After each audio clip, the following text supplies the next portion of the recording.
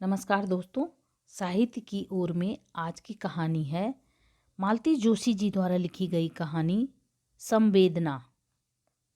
दलिया सेंकते हुए मुझे लगा कि शुचि के कमरे से कुछ आवाजें आ रही हैं। अपना हाथ रोककर मैंने जरा ध्यान से सुना। शुचि की ही आवाज़ थी। हे भगवान, अकेले कमरे में ये लड़की किससे बात कर रही है। सच कहूँ तो थोड़ा डर भी लगा कि कहीं फिर बुखार तो नहीं चढ़ाया। अभी परसों ही तो नॉर्मल आया है। इस मामले में लड़की एकदम बाप पर गई है। थर्मामीटर का पारा 99 डिग्री से ऊपर गया नहीं कि बड़बड़ाना शुरू।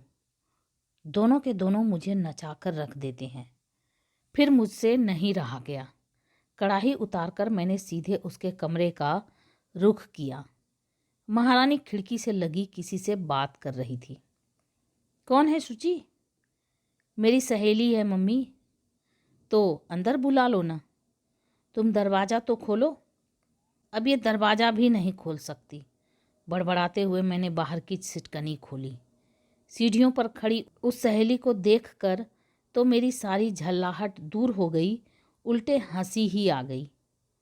ये इतनी सी बित्ते भर की लड़की इसकी सहेली है, और कॉलेज की दर्जन भर जो हैं उनका क्या होगा। नमस्ते आंटी, उसने अपनी झिलमिल मुस्कान बिखेरते हुए कहा तो मुझे होश आया। आओ ना, भीतर आओ, कहते हुए मैं उसे भीतर शुचि के पास लिवा ले गई। ये इतनी सी सहेली कहाँ पा गई तुम? मैं अब अपना कुतूहल ना दबा सकी। मम्मी, ये सोनाली है। रोज कॉटेज वाली पाल आंटी है ना, उनकी सोनाली है। हम दोनों रोज एक ही बस स्टॉप से चढ़ती हैं ना, इसी से दोस्ती हो गई। अच्छा, 5-6 दिन से मुझे देखा नहीं ना, इसलिए हाल चाल पूछने आ गई है। अच्छा, ये तो बहुत अच्छा किया बेटे, तुम्हारी दीदी का भी दिल बहल जाएगा। दिल का तो ठीक है मम्मी, कुछ पेट की भी तो फिक्र करो। उसी की फिक्र कर रही थी बेटे, दलिया सेंक रही थी। अभी बना जाता है। आज अपनी सहेली को भी बीमारों वाला ही नाश्ता कराना। वापस किचन में लौटकर मैं 8-10 साल पुरानी उस घटना को याद करने लगी। अस्पताल में उन दिनों बड़ा हंगामा हुआ था।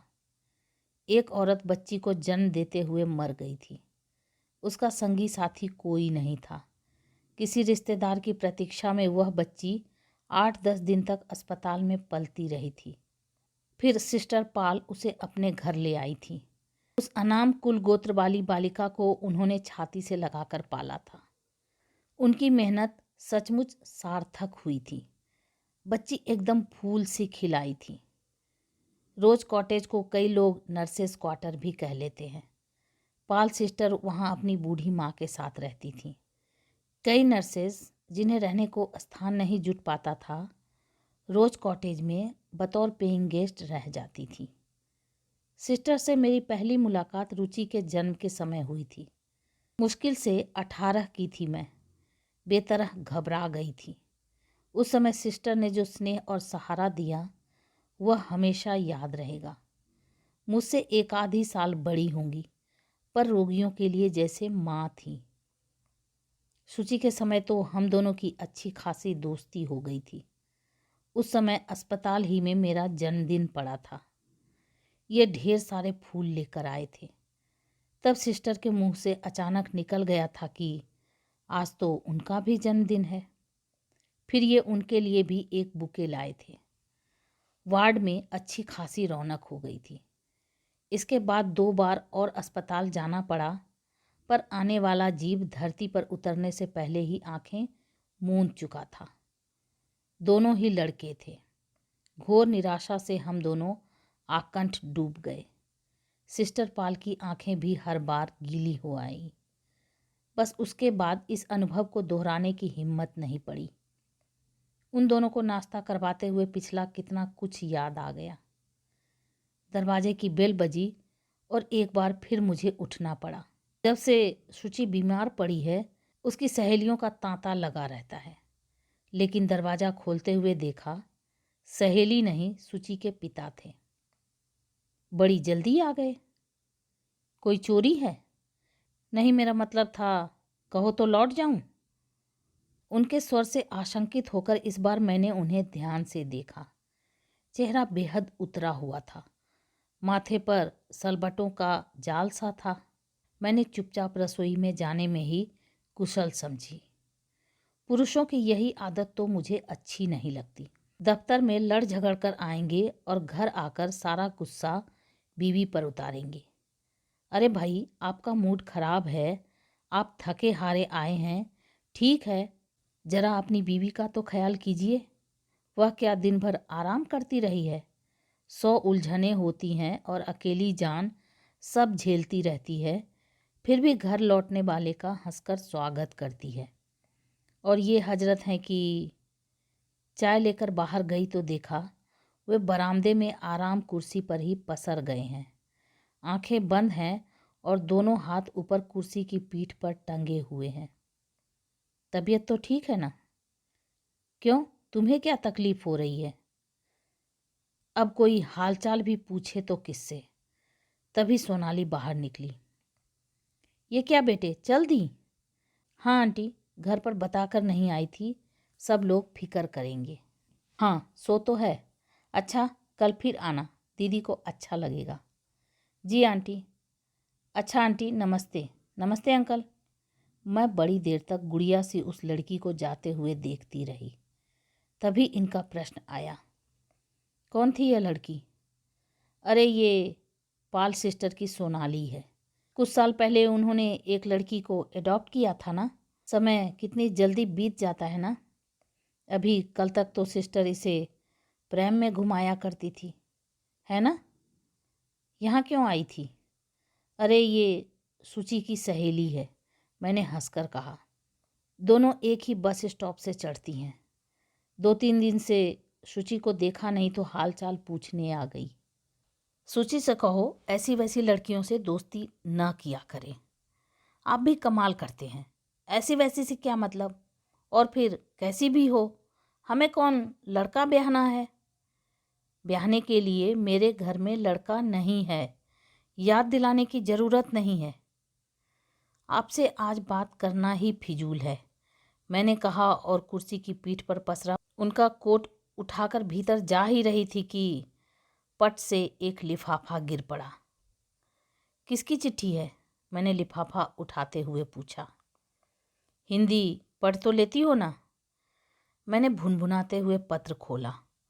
ऊपर दाहिने कोने पर लखनऊ देखते ही मेरे हाथ कांप गए। सूची के लिए इन दिनों जोर शोर से वर संशोधन हो रहा है। इस तरह की सारी चिट्ठियां ये दफ्तर के पते पर ही मंगाते हैं ताकि घर में किसी को, खासकर सूची को पता ना लगे।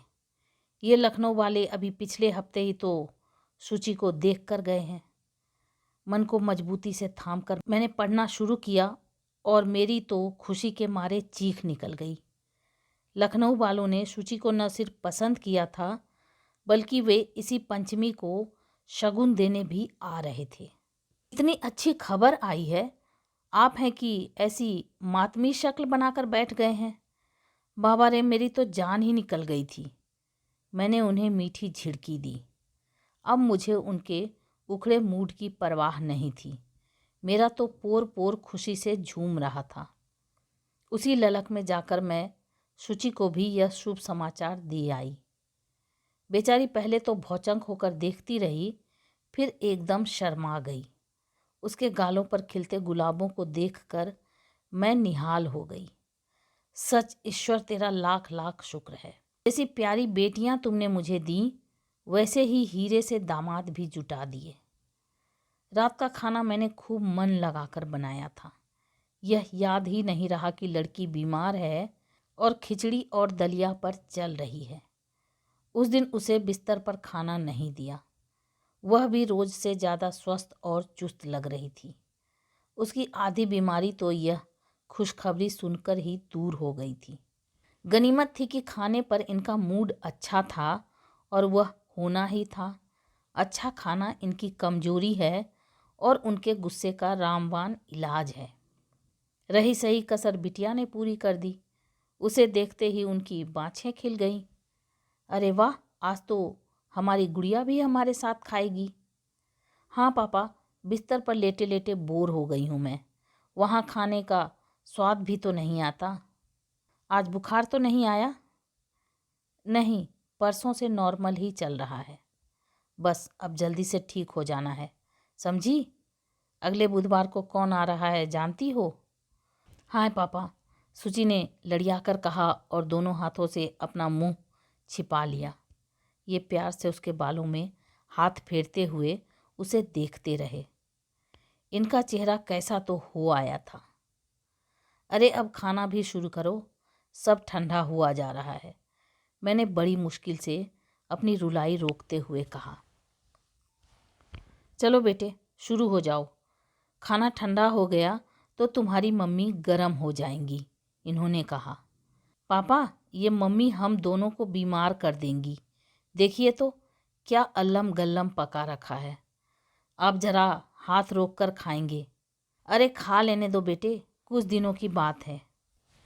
तुम्हारे जाने के बाद तो खिचड़ी पर ही गुजारा करना है। ये तो सब कुछ जो बनता है ना, तुम लोगों के बहाने बन जाता है। हाँ हाँ कहते जाइए, आपके लिए तो जैसे कभी कुछ बनाया ही नहीं। सारी जिंदगी चूल्हे में झोंक दी और ये सुनने को मिल रहा है। मैं मुंह फुलाकर बैठ गई। ओह मम्मी, डोंट स्पॉइल इट, सुचि ने बीच बचाव करते हुए कहा। ये जैसे अब उसका हमेशा का काम हो गया है। सोचती हूँ कल को वह चली जाएगी तो क्या हम लड़ते ही रहेंगे या कि लड़ना भी भूल जाएंगे। मम्मी एक मज़ेदार बात बताऊं? पाल आंटी शादी कर रही हैं। क्या? हम दोनों के मुंह से एक साथ निकला। मेरा सारा गुस्सा काफूर हो चुका था और अब मैं उत्सुक होकर बैठ गई थी। इस उम्र में शादी? जानती है मुझसे भी 1 साल बड़ी हैं पाल सिस्टर। अरे यही तो उम्र है जब आदमी को सच्ची कंपेनियनशिप की ज़रूरत होती है। आप चुप रहिए। हाँ तो किससे कर रही हैं? वो लास्ट ईयर रोडवेज का एक भयानक एक्सीडेंट हुआ था ना, उसमें दिल्ली के एक व्यापारी भी थे। अपनी टांग तुड़वाकर 3 महीने अस्पताल में पड़े रहे। बस वो आंटी की सेवा पर रीझ गए और उन्होंने आंटी के सामने शादी का प्रस्ताव रख दिया। शादीशुदा हैं? हाँ, पहली बीवी नहीं है, 3 लड़के हैं, बड़ा तो कॉलेज में पढ़ता है। बच्चे राजी हैं? क्या पता, इसी महीने की 29 तारीख को दिल्ली में शादी हो रही है। कैसी मज़ेदार बात है ना मम्मी, जिस उम्र में आप सारी जिम्मेदारियों से फारिग हो रही हैं, पाल आंटी नई जिंदगी शुरू कर रही हैं। अब इसमें बुरा लगने जैसी तो कोई बात नहीं थी, पर पता नहीं मुझे क्यों ताव आ गया। अब बातें बंद भी करो, जल्दी जल्दी खाकर मुझे छुट्टी दो, बेहद थक गई हूँ। ये एकदम तुम्हें क्या हो जाता है? ये झल्लाए। समझदार बच्चे की तरह शुचि चुपचाप वहाँ से खिसक ली थी। आप खा चुके हैं ना, तो बैठे क्यों हैं? सोचता हूँ तुम्हारा हाथ बटा दूँ। वाह क्या कहने, रोज कितना हाथ बटाते हैं सुनूं तो। मौका ही कहाँ मिला, तुम्हारी लड़कियां जो अगल बगल घेरे रहती थी, लेकिन अब तो आदत बनानी पड़ेगी। आपको भी न जाने क्या जल्दी पड़ी थी। मुझे जल्दी पड़ी थी? क्या कमाल करती हो, तुम्ही ने नाक में दम कर दिया था कि देखना तो शुरू करो। मैंने तो कहा था कि उसे एमए तो कर लेने दो, पर तुम्हारी ही जिद थी कि देखते देखते 1-2 साल लग ही जाएंगे। अब ये मेरा कसूर थोड़े ही है कि इतनी जल्दी बात पक्की हो गई। देखो जी, उन लोगों से साफ कह दीजिए कि शादी हम अभी नहीं करेंगे। सगाई के लिए तो हमें कोई मोहलत नहीं दी, एकदम जैसे सिर पर चढ़े आ रहे हैं। शादी की तारीख हम अपनी मर्जी से तय करेंगे। देखो मैडम, अब तो तीर हाथ से निकल चुका। अब तो उन लोगों की मर्जी से ही सब काम होगा और उसमें फ़र्क भी क्या पड़ता है। देर सवेर हमें तो बेटी ब्याहनी ही है। अरे अरे, तुम तो रोने बैठ गई। मैं यह नहीं सह पाऊंगी जी, ये खाली घर मुझे खा जाएगा, मैंने सुबकते हुए कहा। शाम को तुम मुझ पर बिगड़ रही थी ना, मेरी पीठ पर हाथ फेरते हुए ये गंभीर स्वर में बोले। उस समय मेरी भी यही दशा हो रही थी। यह पत्र हाथ में आते ही खुशी तो हुई नहीं, उल्टे भविष्य आंखों के सामने तैर गया। मैं पुरुष हूं ना, तुम्हारी तरह रो तो नहीं सकता। मैंने उनकी आंखों में झांका। मेरे आंसुओं का प्रतिबिंब वहां भी झिलमिल कर रहा था। उसके बाद तो फिर रोने बिसुरने का भी समय नहीं मिला। कुल जमा 8 दिन तो थे बीच में, और करने को कितने काम। दर्जी, सुनार, हलवाई और बनिए के चक्कर लगाते लगाते मेरा तो दम फूल गया था। मेरी सहेलियों ने कहा भी, बहन जी ये सगाई है, आप तो शादी का सा हंगामा किए हैं। सचमुच शादी का सा हंगामा हो गया था।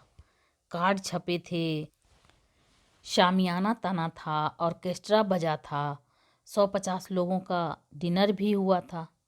सुचि के ससुराल वालों की तो आंखें चौंधिया गई थीं। यह उन लोगों का ही इसरार था कि आजकल रिंग सेरेमनी का रिवाज है, दोनों ओर की रस्में एक साथ ही कर लेंगे। पर इतने बड़े आयोजन की कल्पना तो उन्होंने भी नहीं की थी।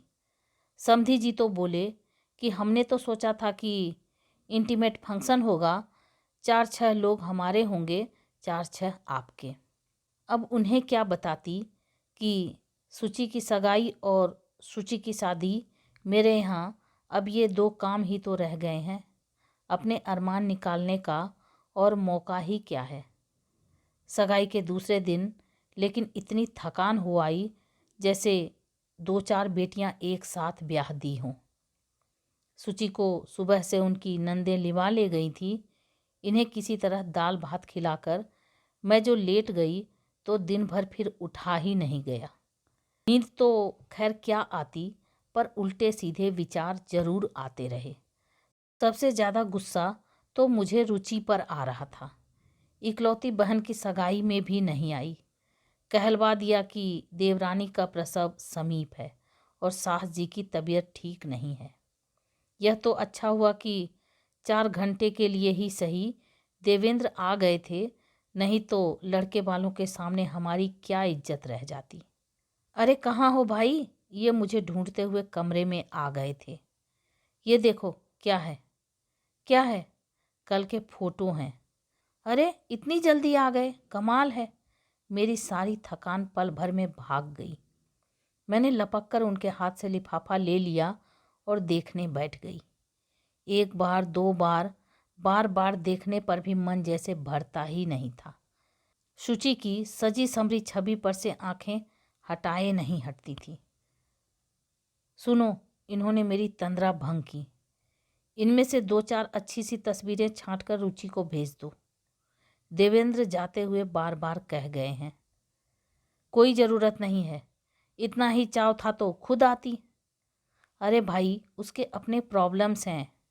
हाँ, उसे देवरानी की चिंता है, सास की फिक्र है, माँ हलकान होती है तो होती रहे, इसलिए लोग लड़के के लिए तरसते रहते हैं।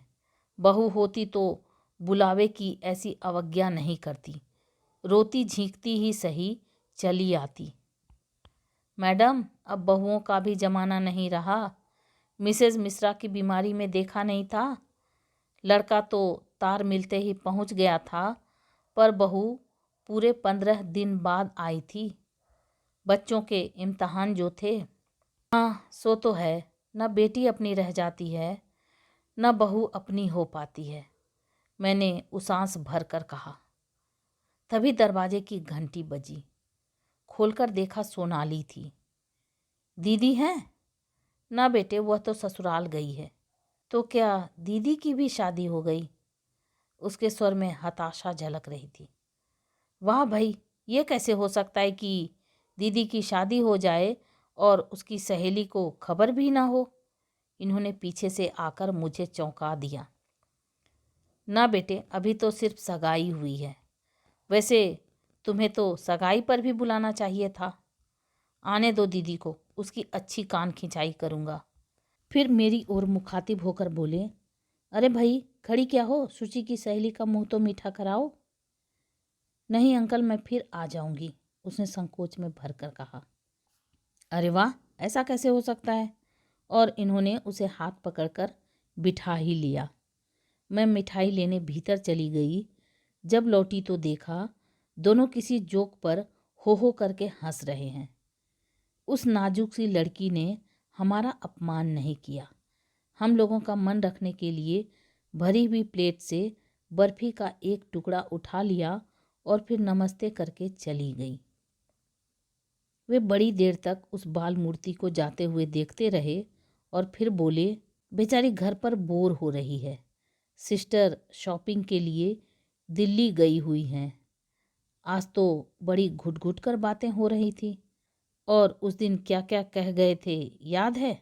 मैंने छेड़ा। सच बताऊं, आज उसे देखा तो एकदम रुचि की याद हो आई। बचपन में वह बिल्कुल ऐसी ही लगती थी, खाक लगती थी। अपने बच्चों को ध्यान से देखा भी है कभी? कितनी गदबदी और गोरी चिट्टी थी रुचि, एकदम अंग्रेज लगती थी। क्या पता, मुझे तो हर छोटी लड़की में अपनी बिटिया ही नजर आती है। ये बाल बच्चेदार रुचि तो मुझसे पहचान ही नहीं जाती। क्या कल को शुचि ऐसी ही हो जाएगी? कुछ देर तक स्तब्धता छाई रही। फिर मैंने धीरे से कहा, सुनिए। बोलो। रुचि को एक पत्र लिख दीजिए। तुम्हारा गुस्सा दूर हो गया? मजाक छोड़िए। रुचि को लिखिए कि दोनों बच्चों में से एक को हमारे पास छोड़ दे। क्यों? क्यों का मतलब? कल को शुचि चली जाएगी तो दिन भर क्या मैं दीवालों से सिर फोड़ूंगी? मन बहलाने को कुछ तो चाहिए कि नहीं? इसलिए वो अपना बच्चा तुम्हें दे दे। वह बच्चा हमारा भी तो कुछ लगता है। आखिर हमारा भी तो कुछ हक है। क्या हक है? जब लड़की पर ही हमारा हक नहीं रहा तो बच्चों पर क्या होगी? ऐसी बेवकूफ़ी की बातें मेरे सामने मत किया करो, कहे देता हूँ। मैं तो हैरान थी, इसमें इतना गर्म होने की क्या ज़रूरत थी? आजकल तो इनको समझाना मुश्किल हो गया है। घड़ी में तोला घड़ी में माशा बने रहते हैं। या शायद हम दोनों का ही यह हाल हो गया है। वह पूरा दिन इतना खराब बीता। सुचि सुबह से ही चली गई थी। उसके ससुर की कोई बहन शहर में थी, उनके यहाँ खाना था। बाद में सामने वाले शर्मा जी के यहाँ फ़ोन पर कहलवाया कि सिनेमा का प्रोग्राम है, देर तक लौटेंगे। मैंने सोचा 12 से 3 वाला शो तो क्या मिल पाएगा। हाँ, 3 से 6 वाला देख कर लौटेंगे। पर 8 बजे तक भी उन लोगों का अता पता नहीं था। इतनी देर तक कभी लड़कियां घर से गायब रहती तो ये मेरा कोर्ट मार्शल कर देते। पर इस समय इत्मीनान से बैठे टीवी देख रहे थे। एक आध बार मैंने कहा भी कि शर्मा जी के यहाँ से फ़ोन कर लो, पर जवाब में उन्होंने मुझे इस तरह घूर कर देखा कि मेरी सिट्टी पिट्टी गुम हो गई। रात के खाने में मैंने सिर्फ खिचड़ी बनाई थी। 9 बजे तक शुचि की प्रतीक्षा करने के बाद ही मैंने रसोई में पाँव दिया था और जल्दी में जो बन सका था बना लिया। पर ये टेबल पर आते ही बोले, सुबह दाल भात, रात को खिचड़ी। वाह, अच्छा कॉम्बिनेशन है। बिटिया के जाने के बाद शायद इसी पर गुजारा करना पड़ेगा। अच्छा है, अभी से थोड़ी थोड़ी आदत हो जाएगी तो बाद में परेशानी नहीं होगी। मुझे तो एकदम रोना आ गया। एक दिन पूड़ी पकवान नहीं बनेंगे तो क्या परलय हो जाएगी? न सामने वाले का मन देखते हैं न शरीर, बस ताने देने लगते हैं। वे पहले तो भौचंके से मुझे देखते रहे, फिर चुपचाप थाली में चम्मच चलाते रहे। इसके बाद हम दोनों में कोई बातचीत नहीं हुई। वे चुपचाप पहली बार का परोसा हुआ खाना खाकर उठ गए। मुझे बाद में अपने ऊपर बड़ी ग्लानि हो आई। यह मुझे एकदम क्या हो जाता है? लगता है शुचि की शादी की सारी खुशी सगाई के बाद ही ठंडी पड़ गई। सूना घर जैसे काटने को दौड़ रहा था। घर में हम 2 प्राणी थे, पर दोनों ही अपने में कैद हो गए थे। ये तो खाने के बाद सीधे बिस्तर पर चले जाते हैं। मैं थोड़ी देर को टीवी के सामने बैठी रही, पर मज़ा नहीं आया। स्वेटर बुनने की कोशिश की, पर 3 बार खोलना पड़ा। हर बार पैटर्न में कुछ भूल हो जाती थी। हार कर सलाइयाँ रख दी, मैगजीन उठाई पर एक भी पंक्ति दिमाग में नहीं आ रही थी। आखिरकार बरामदे में आराम कुर्सी पर पसर गई। सूची पर रह रहकर गुस्सा आ रहा था।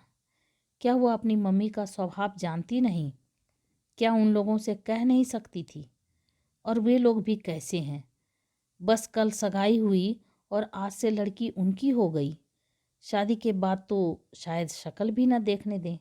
कोई 10:30 बजे दरवाजे पर गाड़ी रुकी। सूची के जेठ जिठानी खुद उसे छोड़ने आए थे। देरी के लिए बार बार माफ़ी मांग रहे थे। बताया कि सिनेमा के बाद वे लोग शॉपिंग के लिए चले गए थे। ने चंदेरी की बूटेदार साड़ी पहन रखी थी। शायद यह प्रवीण का पहला उपहार था, क्योंकि उसे दिखाते हुए सूची की आंखों में एक अनोखी चमक आ गई थी। वे लोग कॉफ़ी पीकर चले गए और मैं सीधे बिस्तर पर आ गई। मुझे मालूम था सूची के पास आज कहने के लिए ढेर सी बातें हैं, पर अब मुझ में ही धैर्य चूक गया था।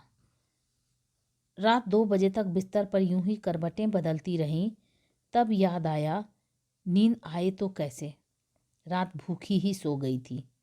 सूची पर इतना गुस्सा आ रहा था, एक बार भी नहीं पूछा कि मम्मी आपने खा लिया। बस अपने में ही मस्त थी। तब भान हुआ कि आने के बाद मैंने भी तो उससे नहीं पूछा।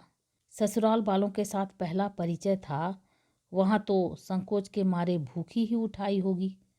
वैसे भी तो 100 नखरे हैं उसके, और शाम के खाने की तो कोई बात ही नहीं हुई थी। फिर मुझसे लेटा नहीं गया। दबे पांव उसके कमरे में जाकर देखा, रोशनी थी तो जरूर अब तक जाग रही है।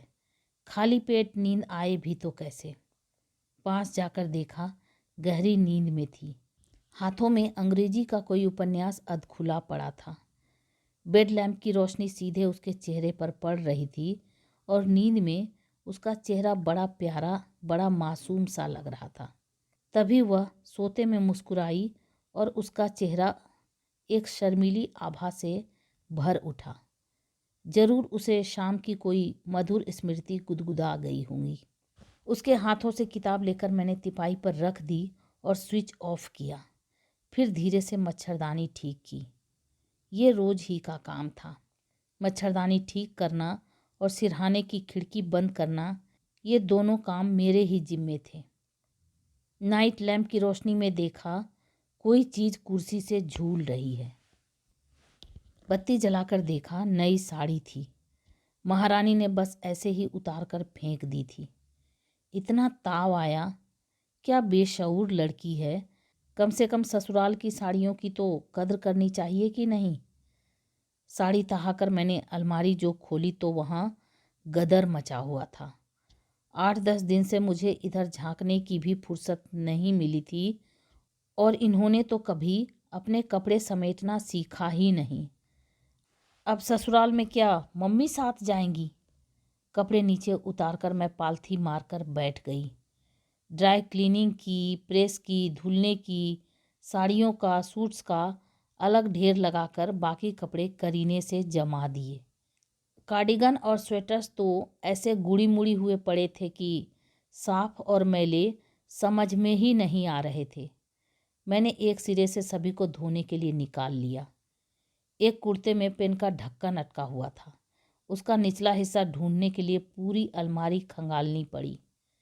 पेन टेबल पर रखने गई तो वहाँ का नज़ारा देखकर रोना आ गया।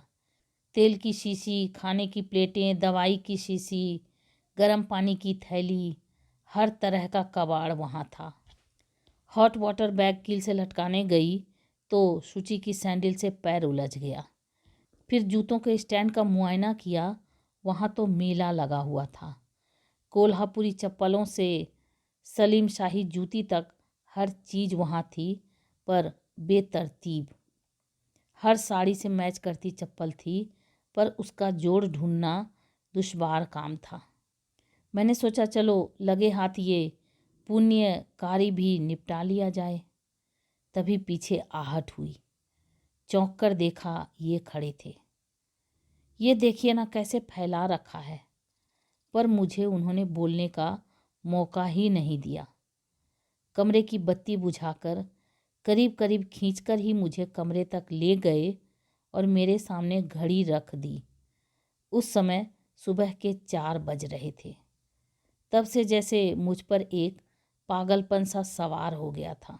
जब समय मिलता मैं शुचि का कमरा ठीक करने लगती, उसके धुले हुए कपड़े धो डालती, उसकी करीने से लगी किताबें बिखेर कर ठीक से जमा देती, तहाई हुई साड़ियाँ खोलकर प्रेस करने लगती, पुराने स्वेटर खोलकर बैठ जाती। नए तो एक साथ 2-3 शुरू कर रखे थे। उसकी सहेलियां आती तो खूब भुनभुनाती कि घर को धर्मशाला बना दिया है। वे चली जाती तो खूब रोती कि कल को शुचि चली जाएगी तो कोई यहाँ झांकने भी नहीं आएगा। रुचि की भी तो दर्जन भर सहेलियां हैं, 2-1 तो अब भी इस शहर में हैं, पर कभी इधर का रुख नहीं करती। प्रवीण का पत्र हर दूसरे तीसरे दिन आने लगा था। यहाँ से भी उत्तर जाता ही था। मुझसे वह भी सहन नहीं होता था। हर बार झल्ला पड़ती। अपने दूल्हे के लिए तो दिन में 2 बार पत्र लिखोगी, पर मम्मी को लिखते जान निकलती है। रुचि को देखती नहीं हूँ क्या? 3-3 महीने हो जाते हैं पर एक पोस्ट कार्ड नहीं लिखा जाता। इतना पढ़ाया लिखाया सब मिट्टी हो गया। मेरी बमबारी से शुचि इतनी आतंकित हो जाती कि कई बार तो पत्र की बात छिपा ही जाती। उसकी तो पापा के साथ गहरी छनती थी। ये बधाई देने वाले और तंग किए हुए थे। जो मिलता यही कहता, वाह साहब, इसे कहते हैं प्लानिंग। रिटायरमेंट से पहले सारी जिम्मेदारियों से फारिग हो लिए, अब फुर्सत ही फुर्सत है। कोई उनसे पूछे तो कि इस फुर्सत का क्या करें? औरतें कहती, वाह बहन जी, आप तो सब झंझटों से मुक्ति पा गई, अब आराम से बैठकर भजन कीजिए। मैं मुस्कुराकर रह जाती, पर मेरा मन चीख उठता। 46 वर्ष की आयु में मेरी गृहस्थी समाप्त हो गई, यह क्या बधाई की बात है? यह उम्र क्या भजन पूजन करने की है? मुझे तो कभी उसमें रस आया ही नहीं। मेरा काशी काबा तो मेरा घर ही है। व्रत उपवास जो किए हैं इन बच्चों के लिए, भगवान के जब भी हाथ जोड़े हैं बच्चों की कुशल मंगल ही मांगी है।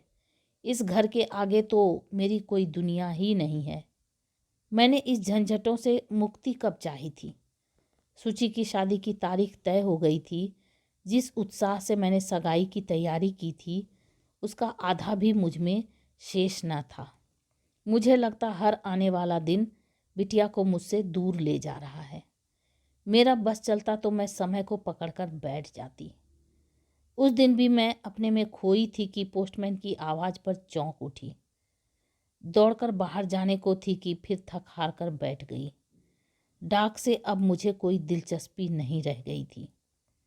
वही प्रवीण की चिट्ठी होगी, उसे ही इतनी फुर्सत है। बाकी लोग तो खोज खबर लेना जैसे भूल गए हैं।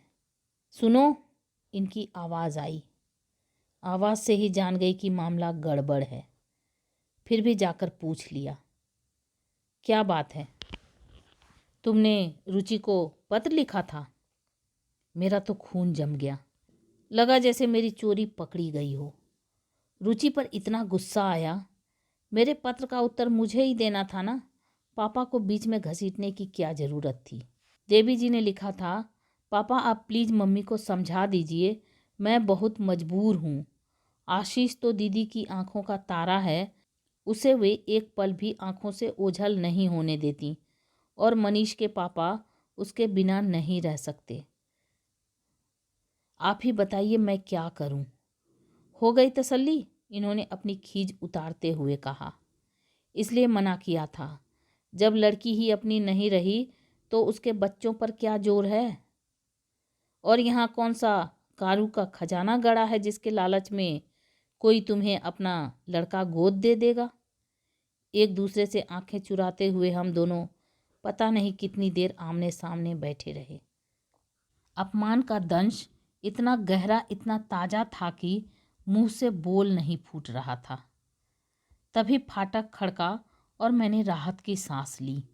इस समय किसी तीसरे की सचमुच बहुत आवश्यकता थी।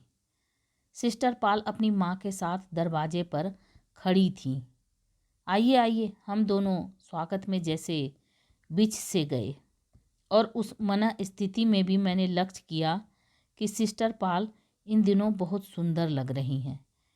एक सुव्यवस्थित जीवन की कल्पना भी मनुष्य को निखार देती है। रोजी का शादी का कार्ड देने आया था। मिसेस पाल ने एक खूबसूरत कार्ड हमें थमाते हुए कहा, बधाई हो।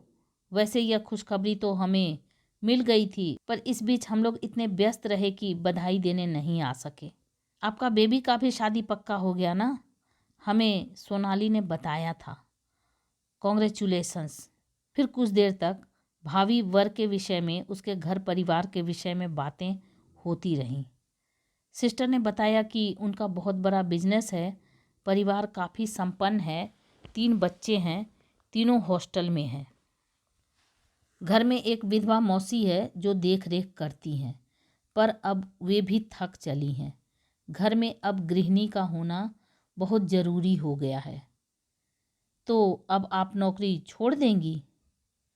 हाँ, अब ज़रूरत भी नहीं है, बहुत सर्विस कर लिया। शी नीड्स रेस्ट नाउ, उनकी माँ ने ममता भरे स्वर में कहा। तो सोनाली आपके साथ जाएगी या यहीं मम्मी के पास रहेगी? मैंने यूं ही पूछ लिया, पर मेरे इस सरल से प्रश्न का अजीब असर हुआ। उन दोनों के चेहरे एकदम लटक गए और वे एक दूसरे की ओर देखने लगीं। बड़ी देर बाद मिसेस पाल ने बताया, वैसे इसका मिस्टर को तो कोई ऑब्जेक्शन नहीं है, पर मौसी तैयार नहीं होता। कहता घर में जवान बेटे हैं, ऐसे में बाहर का लड़की घर में नहीं चाहिए। पर वह बाहर की कहाँ है? मैंने कहना चाहा पर चुप हो गई। उसके जन्म का इतिहास तो उन्हें बताना ही पड़ा होगा ना। कोई बात नहीं, ये बोले यहाँ मम्मी जी तो हैं और सिस्टर लोग भी तो हैं, देख लेंगी। प्रॉब्लम क्या है सर कि मम्मी अब ये हाउस सेल करना चाहती हैं। कोई कस्टमर हो तो बताएंगे। अब अकेली वो यहाँ नहीं रहेंगी, गोवा अपना ब्रदर के पास चली जाएंगी। तो सोनाली? वो तो गोवा नहीं जाएगी। वो तो गोवा नहीं जाएगी। हमारा ब्रदर का फैमिली भी बड़ा है, वो हमको एडजस्ट करेगा तो मेहरबानी है। ये लड़की को कैसे रखेगा? ओह, अरे भाई चाय वाय तो बनाओ, मेहमानों का पेट क्या सिर्फ बातों से ही भरना है। मुझे उठने का बहाना मिला तो सच बड़ी खुशी हुई। वहाँ का वातावरण तो इतना बोझिल हो गया था, मुझे रह रहकर सोनाली की याद आ रही थी। सिस्टर इन्हें बता रही थी कि फादर जॉन ने आश्वासन दिया है कि the church will look after her. पर इसका मतलब तो अनाथालय ही हुआ ना। इतने नाजों से पली लड़की अनाथालय में रहेगी। चाय नाश्ता लगाते हुए याद आया, इतनी आस्था से कार्ड देने आई हैं तो मुझे भी कुछ देना चाहिए। क्या दूं? इनके तो मुझ पर कितने उपकार हैं।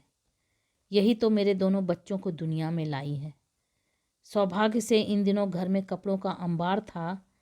मैंने एक प्यारी सी जामदानी चुनी, चूड़ियों का एक सेट उसके साथ देते हुए कहा, दिल्ली तो मैं आऊँगी नहीं, आप हमारी ओर से यह एडवांस में प्रेजेंट लीजिए। वे तो एकदम अभिभूत हो गईं, बार बार धन्यवाद करने लगीं। फिर एकाएक बोली, बेबी का शादी कब फिक्स हुआ है? जी फरवरी में, फरवरी 18। तब हमको बोलिए बेबी को दिल्ली से क्या मंगाता, हम भेजेंगे हमारी तरफ से बेबी का वेडिंग प्रेजेंट। सिस्टर ये एकाएक बोल पड़े, क्या आप सचमुच हमें कुछ देना चाहती हैं? By all means sir. तो हमें सोनाली दे दीजिए। क्या? हम तीनों एक साथ चीख पड़ी। यह मत सोचिए कि मैं सोनाली पर कोई दया कर रहा हूँ। मैं जानता हूँ आप उसे मझधार में नहीं छोड़ेंगी। मैं तो अपने लिए उसे मांग रहा हूँ। अपना सूनापन भरने के लिए हमें एक खिलौना चाहिए सिस्टर। हमें विश्वास है आप हमें निराश नहीं करेंगी। लेकिन सोनाली खिलौना नहीं है, एक जीती जागती लड़की है, जिम्मेदारी है। मैंने कहा, तो क्या हुआ? हम अभी इतने बूढ़े तो नहीं हो गए हैं कि एक बच्चे का भार ना उठा सकें। हमारे अपने ही होते तो हम उन्हें पालते कि नहीं। लेकिन सर एडॉप्ट करना हो तो लड़का होना। You need a son sir. No sister, I need a daughter, one more daughter. आप तो जानती हैं मेरे भाग्य में लड़का है ही नहीं। आप तो खुद इस बात की गवाह रही हैं। फिर अपने भाग्य से लड़ने में क्या तुक है? और यहाँ कौन सी स्टेट रखी है जिसके लिए वारिस चाहिए? जो कुछ जमा पूंजी थी इन लड़कियों पर लुटाकर मैं तो निष्कांचन हो जाना चाहता हूँ, पर जिंदगी तो आगे भी चलेगी ना। उसके लिए तो सहारा चाहिए। लेकिन लेकिन कुछ नहीं। मैंने कभी लड़के की कामना नहीं की। मैंने तो अपना सारा प्यार लड़कियों पर ही लुटाया है। अगर कल को कोई लड़का गोद ले भी लूँ तो मुझे ढंग से प्यार करना भी ना आएगा। जाते हुए दोनों गदगद थीं। मिसेस पाल तो बार बार कहे जा रही थी, God bless you sir, God bless you. आप अभी अच्छे से और सोचना सर, सिस्टर ने कहा। No Hari, but thanks all the same. मुझे कितना रिलीफ हुआ मैं डिस्क्राइब नहीं कर सकती। ये प्रॉब्लम मेरा नींद छीन लिया था। मैं तो शादी कैंसिल करने के वास्ते तैयार हो गई थी, पर मम्मी ने मना किया। फादर एश्योर किया तो रुक गया। Thank you both of you. उनके जाते ही मैं बरस पड़ी। ये क्या पागलपन सवार हो गया था आप पर? मुझे बाहों में भरकर ये मेरी ओर देखते रहे। उस दृष्टि में पता नहीं क्या था कि छाती पर रखी सिल पिघलने सी लगी थी। रानी, ये तरल स्वर में बोले, पागलपन तो तुम कर रही हो। एक माँ से उसका बच्चा मांग रही हो। एक भरे पूरे घर से उसकी खुशी छीन रही हो। तुम्हारे हृदय में जो ममता का सागर हिलोरे मार रहा है, उसे जाया क्यों करती हो? ये प्यार उसे दो जिसका कोई नहीं है। घर उसे दो जिसके सिर पर छत नहीं है। उनकी बातों ने मन पर चंदन का सा लेप किया। इतने दिनों से मेरे मन में धधकता ज्वालामुखी एकदम शांत हो गया था। तो ये आप सुन रहे थे मालती जोशी जी द्वारा लिखी गई कहानी संवेदना, रेणु की आवाज़ में। ऐसी अद्भुत कहानियों को सुनने के लिए मेरे चैनल को सब्सक्राइब करें, लाइक करें और शेयर करें। और हाँ, कमेंट करके ज़रूर बताएं कि आपको ये कहानी कैसी लगी। Thank you.